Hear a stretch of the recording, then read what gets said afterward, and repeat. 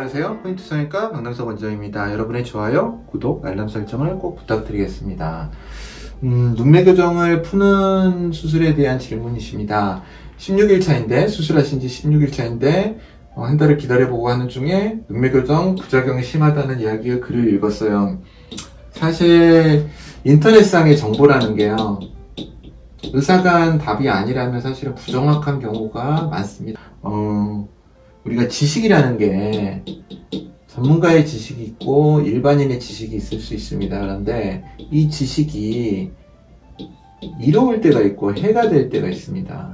근데 전문적인 분야의 지식을 비전문가가 어떤 의견을 내는 거는 해로운 경우가 더 많다고 생각합니다. 왜냐하면 그분한테 있었던 경험에 의해서 답을 하는 거거든요.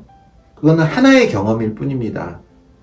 굉장히 보편화되고 어떤 데이터가 축적된 경험이 아니고 단 한 명의 경험일 뿐이고, 그래서 이제 한 사람이 부모 자식 간에도 체질이 다르고 모든 게 다른데 한 명의 경험으로 모든 거를 비슷하다고 해서 설명을 할 수는 없습니다.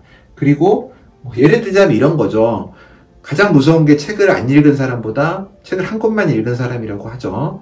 책을 많이 읽은 사람은 오히려 의견을 잘 안 냅니다. 왜냐하면 두렵기 때문에, 자기 의견이 틀릴 수 있다는 걸 얼마든지 알기 때문에. 근데 한 권만 읽은 사람은 그게 전부라고 생각을 합니다. 그래서 그 의견이 옳다라는 생각에 빠질 수 있습니다.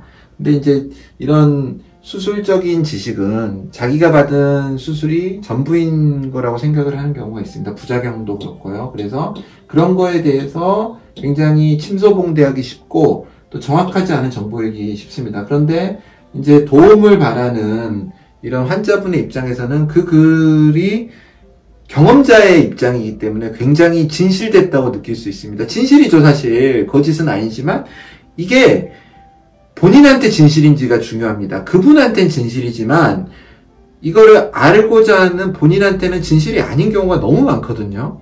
그게 사람 몸이고요.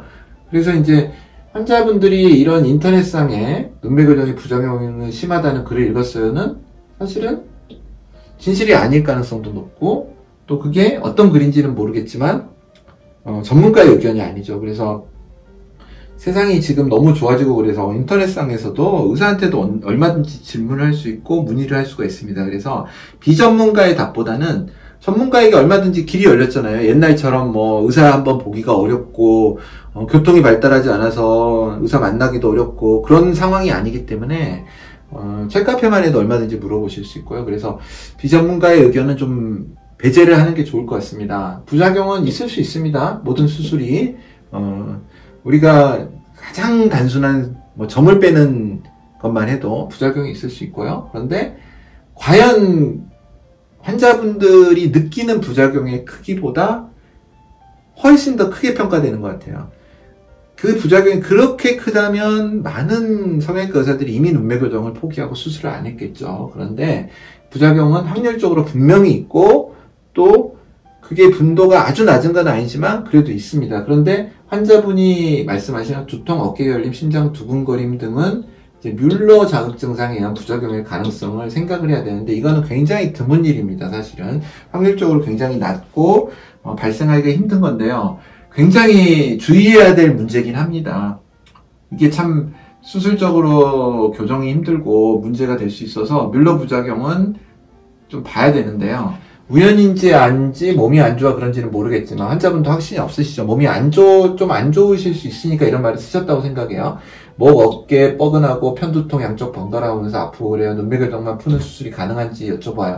당연히 푸는 건 가능합니다. 근데 이제 이 푸는 결정을 하기 위해서 환자분은 고생을 해서 쌍꺼풀 수술, 눈매 교정을 했는데 결정을 환자분한테 풀어라라고 의사가 대답하기가 굉장히 어려운 면이라는 거죠. 환자분 고생해서 수술했고 쌍꺼풀을 얻었어요. 근데 이게 증상이 모호한데 이것 때문에 풀어야 된다를 의사가 판단을 내리기가 굉장히 힘들어요. 그리고 뮬러 자극 증상이라는 게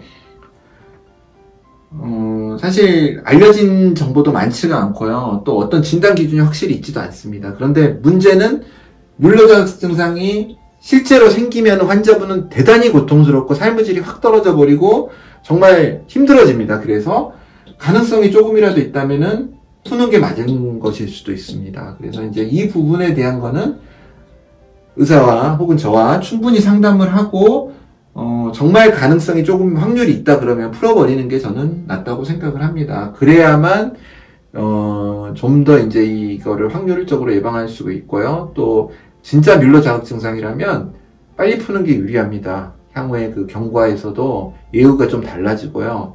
늦으면 늦을수록 늦게 푼 사람일수록 6개월, 1년에 푼 사람일수록 회복도 굉장히 오래 걸려요. 그래서 사실 그동안에 저도 시달리게 되고요. 수술을 했는데도 바로 좋아지지가 않습니다. 그런데 수술 직후에 푸는 경우는 바로 좋아지는 경우가 많아서 보통은 이제 조기에 풀어버리는 거를 결정을 하는데요.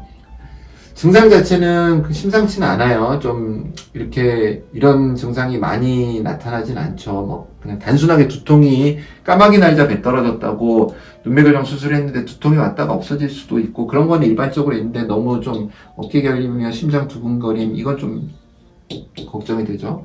그래서 이런 부분 때문에 사실 글 내용으로 봐서는 푸는 거를 고려하는 게 좋을 것 같은데 일단은 상담과 진찰을 하고 가능성이 좀 높다고 생각하면 푸는 게 맞을 것 같아요. 수술은 언제 하는 게 푼다면 하루라도 빨리 하는 게 좋고요. 그리고 그 밑에 눈매교정과 안검하 수술에 대한 질문은 수술 자체는 비슷합니다. 거의 같다고 보시면 되고요. 근데 안검하 수술은 좀 더 다양하게 있는데 안검하수 수술 자체도 눈을 뜨는 힘이 약한 것이고요. 눈매교정도 눈을 키우는 수술이기 때문에 이 자체가 같은 수술에서 파생됐고 미용적으로 사용할 때 성형외과 의사들이 눈매교정이라는 말을 많이 사용을 합니다. 근데 거의 비슷한 수술이라고 생각을 하시면 됩니다. 수술의 명칭도 비슷하고요. 뮬러 부작용은 굉장히 어려운 부분입니다. 의사가 선뜻 수술을 한 미용적으로 예뻐지기 위해서 수술한 거를 되돌리자고 하는 게 사실 쉽게 말이 안 떨어지고 어려운 부분이기 때문에 환자분이 이런 증상을 좀 냉정하게, 이게 사실 이런 부분들이 다 주관적인 두통이나 그런 거 주관적이고 이제 평가하기가 좀 힘들기 때문에 냉정하게 환자분도 혹시 뭐 이런 글을 읽어서 우리가 마치 눈병에 걸린 친구를 보면 제 눈도 간지럽거든요. 의사인 저도. 과학적으로 전혀 근거가 없지만 눈병에 걸린 친구랑 같이 있으면 눈이 간지러워져요. 그런 것처럼 이런 글을 읽음으로써 어떤 뮬러 자극 증상을 맞춰갈 수도 있어요. 환자분들이 약간 두통이 이거 아닌가 그런 생각을 할 수도 있지만 이제 이런 증상이 좀 강하고 또 지속되면서 빈번하다면 푸는 거를 고려해야 될 것 같습니다. 항상. 그리고 항상 그렇게 풀었을 때 후회하는 일은 별로 없었던 것 같습니다. 그런데 이제 환자분이 좀 더 냉정하게 자신의 증상을 좀 생각을 해볼 필요성이 꼭 있다는 말씀을 드리고 싶습니다. 포인트 성형외과 박남석 원장이었습니다. 여러분의 좋아요와 구독이 저에게 큰 힘이 됩니다. 좋아요를 꾹 눌러주세요. 감사합니다.